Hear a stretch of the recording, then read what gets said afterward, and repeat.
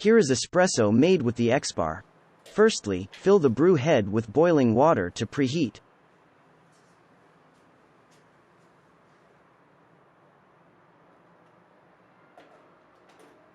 At the same time, prepare some ground coffee.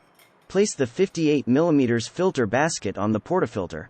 We can use a dosing funnel to have the ground not go all over the place.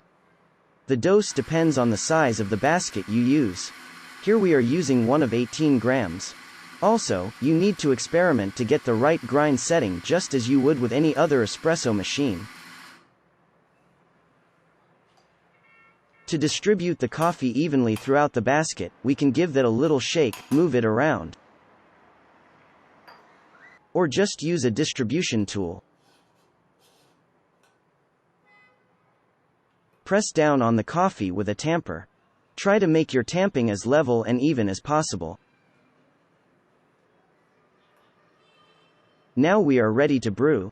If you are going to brew a lighter roast coffee or want a higher brew temperature, you might repeat the preheat 2 or 3 times, 30 seconds each time. Be careful. The brew head will become hot, do not touch the metal surface. Empty the brew head. Insert the portafilter and rotate counterclockwise to seal it shut. Place it on the stand. We suggest using a scale that is very helpful to get better tasting espresso.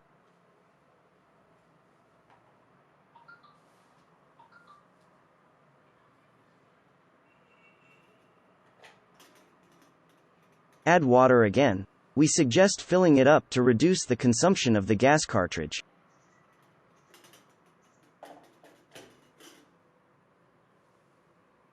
Screw and tighten the pressure booster onto the brew head.